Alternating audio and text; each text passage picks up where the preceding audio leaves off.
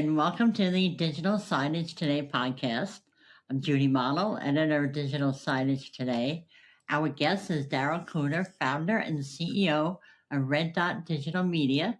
It's a Carlsbad-based specialty integrator that's often brought in by larger integrators specifically for its deep digital signage expertise. So for nearly 2 decades, Red Dot has designed and deployed complex signage networks ranging from single site installations to global rollouts. And Darryl has hands-on experience across virtually every major CMS platform, which gives him a unique perspective on our topic today. And the topic is debunking the myth of the single CMS strategy across AV networks.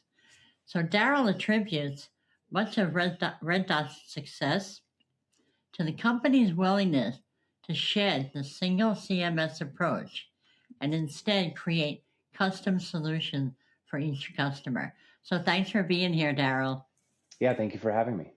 All right, we're going to dive in. What is the myth of the single CMS strategy? Well, I think the myth of that, it really revolves around companies that are proposing different types of digital signage, especially the CMS providers, are constantly pushing the fact that there should be one CMS to distribute throughout all the different types of deployments. And so from our standpoint, we actually look at it completely different. We look at it like the CMS should best match the type of content that's being published. So if you're doing interactive wayfinder versus corporate communications, oftentimes those two different types of deployments might not be able to use the same CMS. And so we look at it like, choose the CMS that's going to be best for that type of project. And if they happen to be different, then they're different because they're being used and specialized in those different focused areas. So our approach is pick the CMS that's easiest for the client to make updates and manage content on based on the type of deployment, not just one CMS across the entire platform because it's convenient. The one thing that we have found is that when you do one CMS across the entire platform, clients tend to think that the advantage is that they can take one piece of content and upload it to any screen, which is absolutely true. But I think the bigger difference is that, when you really talk to end users about the type of content that they're deploying, they're not necessarily putting up the same piece of content on a wayfinder that you would have, on the other hand, on a video wall. So you're actually not sharing content across different types of deployments. And so they are sort of siloed by default. Right. But, the integrators, they love the single CMS strategy because to them it's so simple. It's, like you said, simple implementation. But, there are trade-offs they might not be aware of, right? Mm-hmm. Yeah. We do a lot of work with integrators, and we actually really like working with integrators. The value for a company like us to work with an integrator, it goes both ways. So one is that we get to work with experts in the field that know the hardware, know the installation side. In return, we can offer them the ability to provide from a content perspective and even helping them, spec in the right digital media players and software. We can provide that level of expertise, which ultimately kind of comes together and puts together a really good project for the end user. Right. But one of the things that we do find from the integration side is that, for whatever reason, and sometimes it's done even before we get brought in, the integrator that's speccing in the software and the hardware, right, they're usually not having a deep enough conversation about the content. And what we found is that when that happens and they're just speccing in a media player with a piece of software, a couple things occur. One is that the media player itself might not be equipped to handle an advanced level software. So take, for example, if we're going to use a CMS that does require a little bit higher processing power, we want a media player that can handle that, not just an entry-level media player. Well, the same goes true from the CMS side. If the integrator is speccing in a specific piece of hardware, we want to make sure that the CMS is matching up with the type of content and that we're not just blindly deploying the same CMS everywhere. Now, that doesn't mean that you can't do that. There are definitely projects where the same CMS works on every media player and it's totally fine. But imagine if you have a CMS for, let's say, corporate communications, where companies might have enterprise deployments of hundreds of screens and they're communicating to their employees internally. That one CMS might work great. And the reason it would work great is because it's got built-in functionality that makes updating content on corporate communications very easy. But then you turn around and try to use that same CMS on a Wayfinder or some sort of custom HTML type project. And you actually quickly realize that that CMS really cannot handle either the type of HTML you're deploying or something like that. And now you're kind of scrambling and it potentially is going to cost the client more money or something like that. So when we come across the integrators, we really try to advise them up front that it's really not always one size fits all and that it's okay to do multiple CMSs. Right. And, and that's what Red Dot does. It does that customized approach. So, say I'm looking to do, a multifaceted digital signage project, and my integrator is saying, oh, we got one CMS that's going to handle it all. How do I, determine if that's actually true? Are there questions that, I need to ask to ensure that the CMS portion is being done correctly? Yeah, I think, there's obviously a value in the experience that we have. Like you'd mentioned at the top of the show, we have worked with a lot of the top CMS providers that are out there. And so having that kind of experience really allows us to kind of draw on like what's available, what the different CMSs do, and, taking that experience and then kind of translating that, with the customer and figuring out based on the content, all right, this is the CMS we want to use on this job, or this other CMS is going to work better on this job, really is some of the value that we're bringing into these types of projects. And so the tough part is that sometimes the only way to figure that out is you have to have a conversation with the client. And that's something we definitely stress, is that if we're going to help with the content or we're going to help pick a CMS as a specific option, we need to get in there and kind of ask some of these, what type of content are you wanting to deploy? What type of content are you capable of creating in-house? What type of content do you need like outsourced or a company like us to create on your behalf?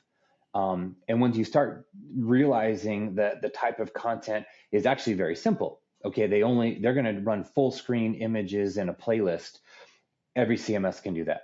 Right. So do you want to spec in a CMS then based on price or additional functionality that they made in the future? And so we're definitely keen to getting in and asking those questions and trying to help the integrator figure that out. So, and so that on the user side, the client side, those are questions they kind of have to answer maybe even before they sit down with you or an integrator or anyone, right? Yeah, I mean, ideally, we need the client to know ahead of time if they're looking to invest this money and they're going to spend money on the hardware, the installation, the software, all this kind of stuff, especially if there's a lot of different screens that they're going to deploy. They really need to have a good understanding of ahead of time what type of content it is that they're going to want to display. A great example of that, even when it comes to corporate communications, is do they want to do something where the screen is broken out into multiple sections so they can display multiple types of content at once? And if they do, who's going to design that content? Are they capable of updating it on a regular basis? Do we need to have what I would call filler content, third-party feeds that come in like news feeds, weather feeds, things like that, just to keep stuff fresh. Right.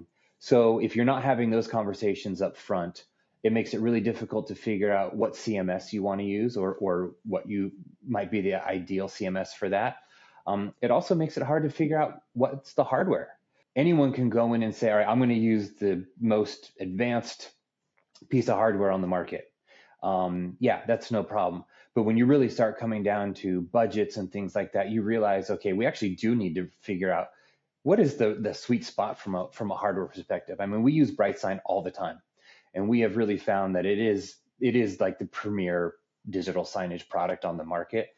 And they've got multiple levels of products, and their entry level product may not be a good enough product to work with some of the higher level Right. CMSs. And so you really need to kind of figure that out up front. And to me, an important aspect is that you don't build digital signage for today only. You have to keep in mind what you're going to need in the future as well, right? Yeah, and that's actually some of the hardest things to figure out from an end user's perspective. Um, because a lot of times, like we just talked about, even if they know upfront what they want to do, like again, let's just say it's full screen images and videos, like the most simple way to do this. And that they're pretty convinced that that's what they're going to do for the next couple years. You kind of have to figure out, well, is that something that, are we just going to design this system specifically for that and for nothing else? Or how do we get them to think about other types of content that they may want to deploy in the future?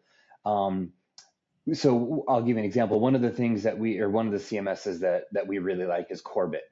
Okay. And what a CMS like Corbett offers is a lot more than just basic signage opportunities. They offer the ability to do room scheduling, and other types of, mobile app type functionality. And so when we're talking to a customer about corporate communications, especially an enterprise customer, asking questions like, would you find any value in having employees that don't have access to a PC? Like they're not working behind a desk. Maybe they're on a factory floor or something like that. Is there any value in having those employees have the ability to communicate with you, or at least to get your messaging that maybe your employees in the office are already saying?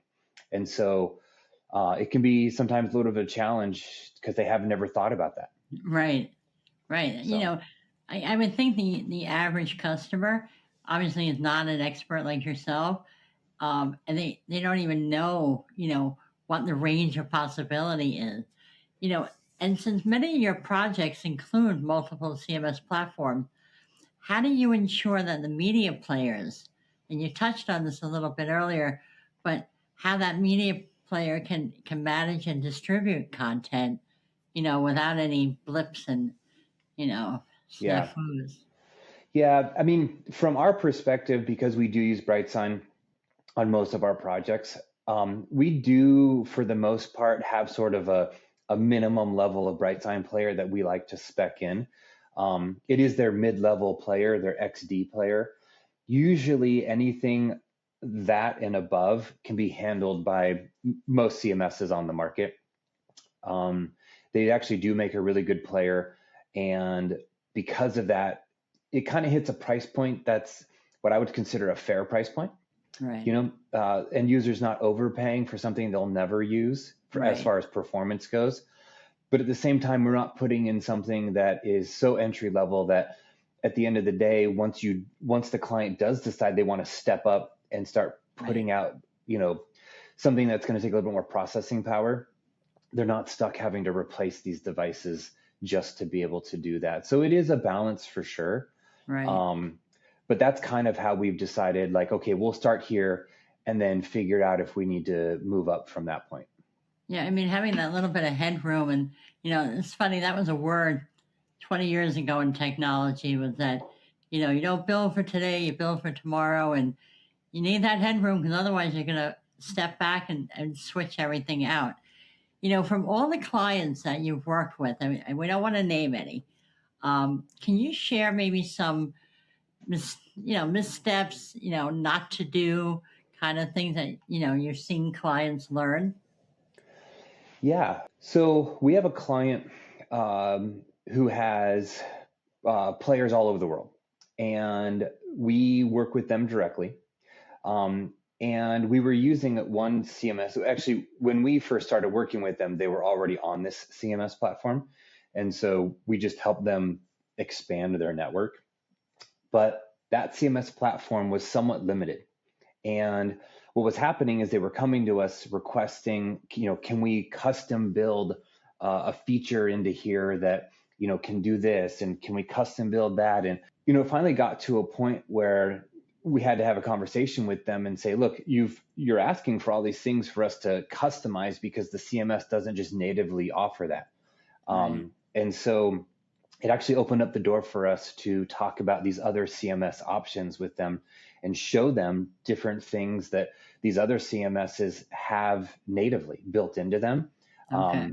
Whether you call it a widget or an app or whatever it might be, but a lot of CMSs are starting to get into that a little bit more and more. And so, having that discussion with the client and kind of letting them understand that, okay, the CMS platform we're currently on just is not going to be enough for what we need, and we need to upgrade these, actually really opened the door for them and has expanded the capabilities of what they're able to do internally as far as corporate communications.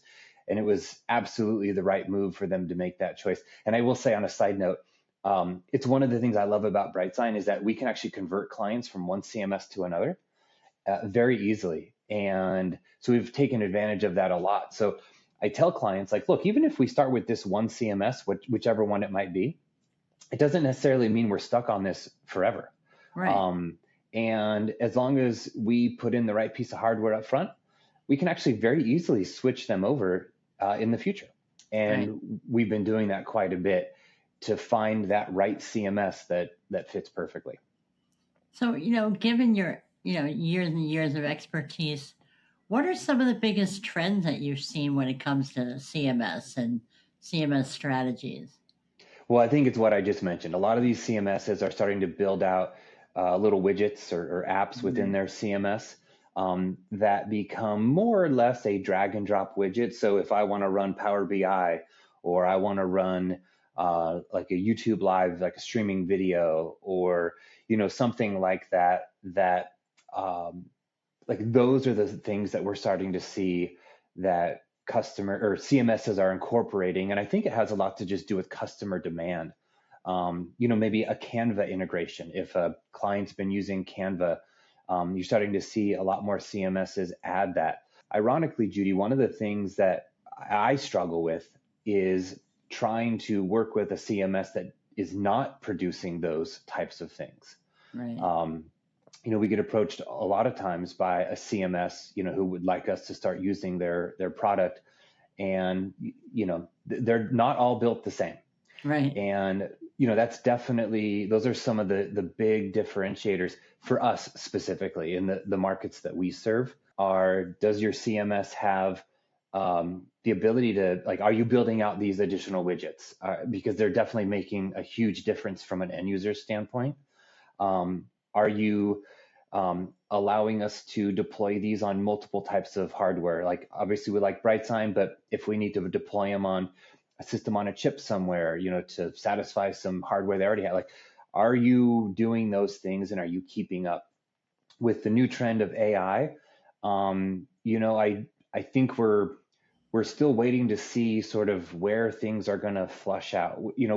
There are some CMSs out there like Wallboard who are implementing AI and trying to be on the forefront of that, which I think is wonderful. But I think we're still a ways away from seeing what this next round of technology with AI is really going to provide to the CMS platforms. It's funny because that was kind of like my next question, what you see coming or trends in the future. And obviously AI is huge, Um, anything else maybe though in terms of, the client expectations or, you know, and I think it's amazing that the CMS companies are, constantly innovating because after all, content is king, right? When it comes to digital signage. Yeah, you know, uh, it's hard. I mean, we're not a software company, so from our standpoint, we're somewhat at the mercy of what they decide to develop. But I can tell we have conversations with the CMSs that we work with all the time, offering insight, like real world feedback, saying, okay, this is what our customers are saying to us. These things are working. It'd be nice to add these features. one of the things that's actually becoming more and more important, not that it hasn't been important, so don't misunderstand what I'm about to say, but the idea of being able to update firmware and from a security standpoint, make sure that the hardware endpoints are secure and things like that, that is actually becoming something that, outside of the content creation side, that the other departments that are on these large enterprises are extremely concerned with. Right. And so having the CMSs build these tools in that make firmware updates easier and keeping the devices more secure and things like that. Being SOC 2 compliant, like all of these things that we're getting asked for by end users on a regular basis. A lot of companies won't even consider a CMS that is either not SOC 2 compliant or some type of iOS compliant. It's a big thing right now. Yeah, because it's just one incident. The brand damage can be immense, and even the customer damage when a message or something is hacked. And that's what we're talking Yeah. about. You really can't afford that today. The consumer is very, very picky, and they're quick to move to another brand. So Yeah. And their IT department sometimes requires it. Like if there's no documentation that says there's this amount of security, we have to move on. We can't keep going. So well, it's been great talking, Darryl. I wanted to give you a chance to make any last points on the CMS strategy. Yeah, I appreciate that. I mean, the only thing I'd probably end the conversation saying is that, we feel like it's a really important thing to not only offer end users and the integrators alike different options, but to actually go through the process with the end user and show them firsthand, like these are the features that these CMSs offer, and open that conversation to them and explain to them why, hey, it's okay to have two different CMSs.